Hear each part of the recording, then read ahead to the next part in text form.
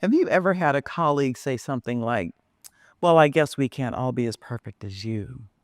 That sarcasm or backhanded compliment is a clue. So is having a team member withhold information or give you the silent treatment. Then there's the chronic complainer who frequently airs grievances but never seems to participate in the problem solving. Oh, and we can't forget that colleague who makes sly remarks or subtly sabotages your efforts in meetings or presentations. These are all clues for passive aggressive behavior in the workplace, which can be subtle, but so silently disruptive and demoralizing. This behavior manifests when someone expresses negative feelings indirectly rather than openly addressing issues. The behavior creates confusion, damages relationships, and undermines team cohesion. We're going to take a look into why someone might be behaving this way and how, especially as a leader or manager, you can address it before it gets out of control. Hi, I'm Jenny Clark, a conscious leadership expert who spent 2 decades in executive recruiting and talent management, having worked with giants like Google and Spencer Stuart. I discovered that the secret to transformative leadership lies in the 5 dimensions of conscious leadership. And I'm here to help you unlock your full potential. Join me on this channel as we embark on an honest and vulnerable journey together to become the kind of leader that genuinely inspires transformation in your organization. I've got a little career boosting secret for you. Do you want the inside scoop on leadership, plus some juicy tips and hot takes you won't hear anywhere else? I've got a newsletter that's basically your personal career coach in your inbox. Just click the link in the description to join in. Oh, and if you're loving this content, I know you are, click that subscribe button. It's like giving me a virtual fist bump, ensuring you won't miss out on any future videos.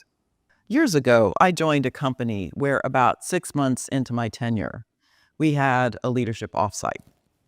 The head of my team had us all, fewer than 8 of us, complete a short survey and invited an HR specialist to interpret the survey results and facilitate a conversation on how we can work together more effectively.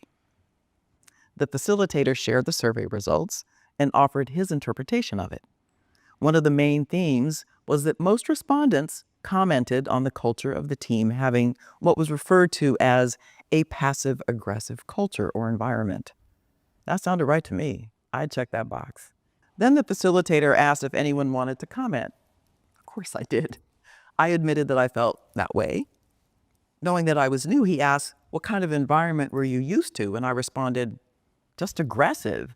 I'd rather see the knife coming for my heart than waiting to be stabbed in the back." There seemed to be quiet gasps and chuckles. I was the new gal and unafraid to be honest, even provocative. I frankly don't remember much else of the next 4 hours of the retreat because I dare say we never really got to the root of why the team, group, company was indeed passive-aggressive. But isn't that kind of what defines passive-aggressive behavior? You sidestep a true sentiment to avoid conflict, even offer a platitude to diffuse the situation? Well, you guessed it.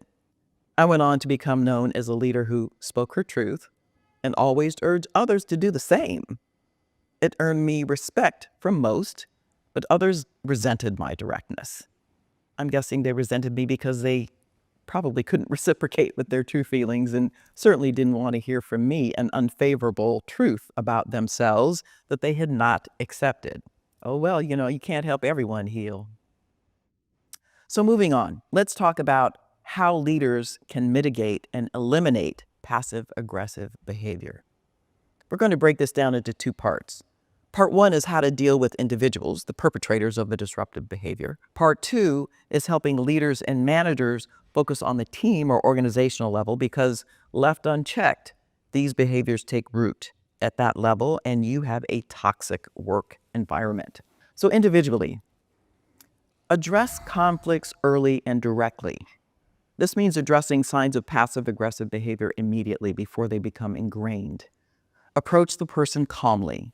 Ask open-ended questions and encourage them to express their true concerns or frustrations. Be consistent with consequences. Consistency in imposing consequences signals to the perpetrator that passive-aggressive behavior is unacceptable. Address it consistently and fairly.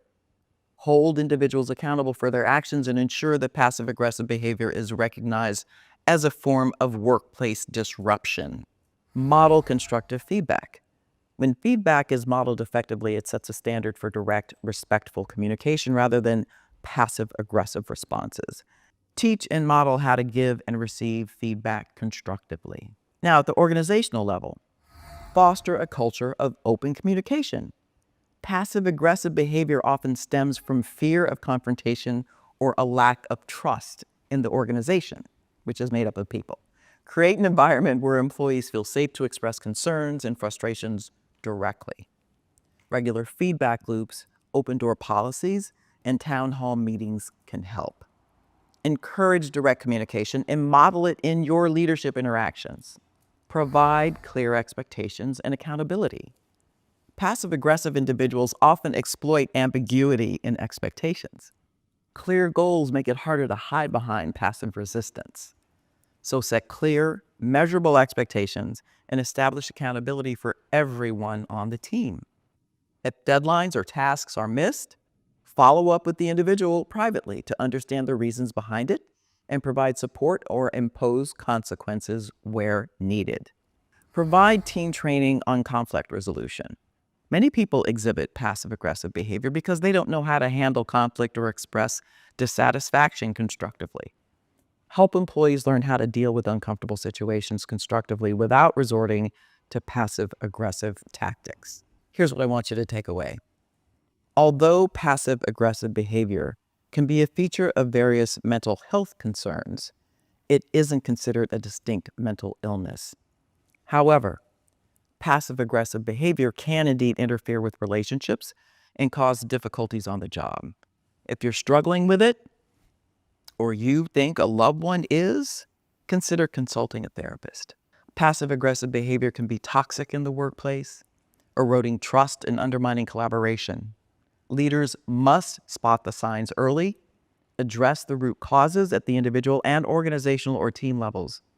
It is the leader or manager's responsibility to foster a culture of open communication and accountability. By modeling transparency, encouraging direct feedback, and holding individuals accountable, leaders can mitigate and ultimately eliminate passive-aggressive behaviors, creating a healthier, more productive work environment. It's that simple. I get it. Taking that first step can feel daunting. I've been there too. But here's the thing. You've got strengths you might not even realize yet. I've put together a free career mapping framework to help you uncover those hidden talents and chart your own path forward. It's not about changing everything overnight. It's about starting to see your potential clearly. Ready to explore? The framework's waiting for you. Just click the link in the description. Your future self will thank you for taking this small but powerful step today.